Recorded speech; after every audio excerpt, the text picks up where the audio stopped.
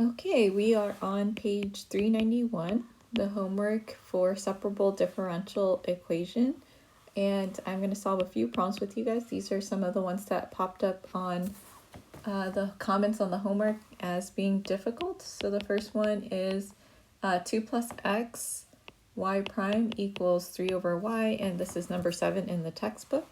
So first step is to rewrite y prime as dy dx equals 3y.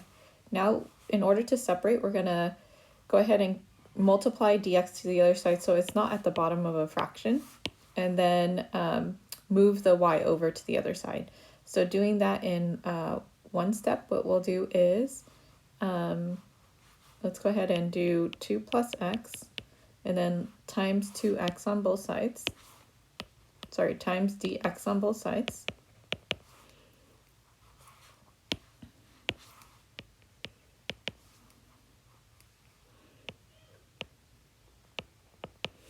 Okay, so now in order to separate, we're going to have to divide 2 plus x over to the other side and divide y back over to the left side. So we get 1 over y dy equals 1 over 2 plus x dx, and there was also a 3 on this right-hand side with the dx. So currently our variables are separated. At this point, we integrate. The antiderivative of 1 over y is ln of absolute value of y.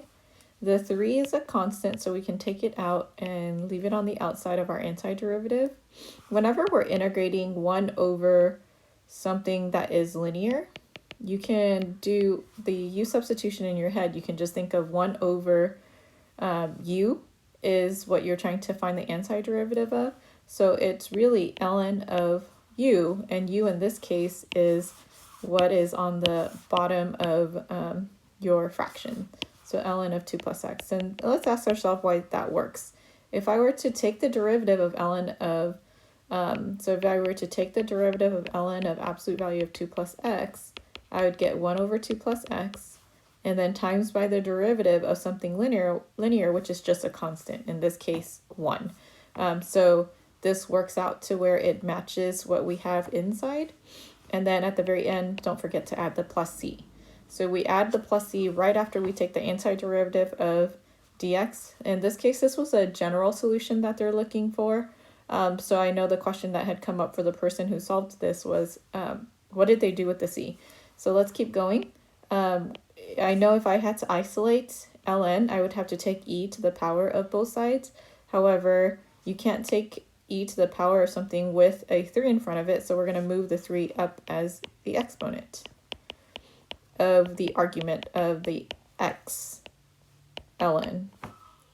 Okay, so in this case, now at this point we have ln of both sides, so we're going to take e to the power of both sides, come back to get this cancels out, so we get absolute value of y equals, okay, at this point over on the right, I'm going to separate this into two different e values, where if this is separated by addition in the exponent, it could also be written as times e to the c.